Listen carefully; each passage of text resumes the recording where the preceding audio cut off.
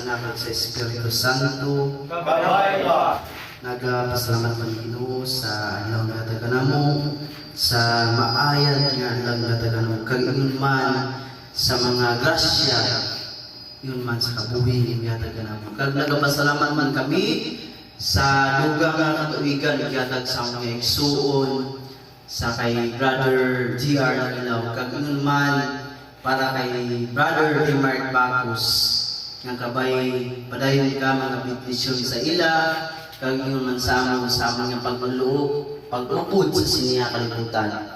Kag nagapasalamat kami Ginoo sa tanan nga tion, sa tanan nga panagtagay, sa tanan nga mga pagkaon, sa tanan nga mga buak na baso, sa tanan nga mga kining mga likramo sa mga silingan, sa tanan nga likramo sa mga tindahan nga mga tuwan. Kag nagapasalamat kami Ginoo sa tanan nga suspended nga mga nagian, kag kabay nga padayon ka nga mga upod kanamo sa mga sa tuig nga mga pag-audan sa lapit na lang nga tuig. Kag nagapasalamat kami sa mga moabot nga mga suspension nga upod kanamo.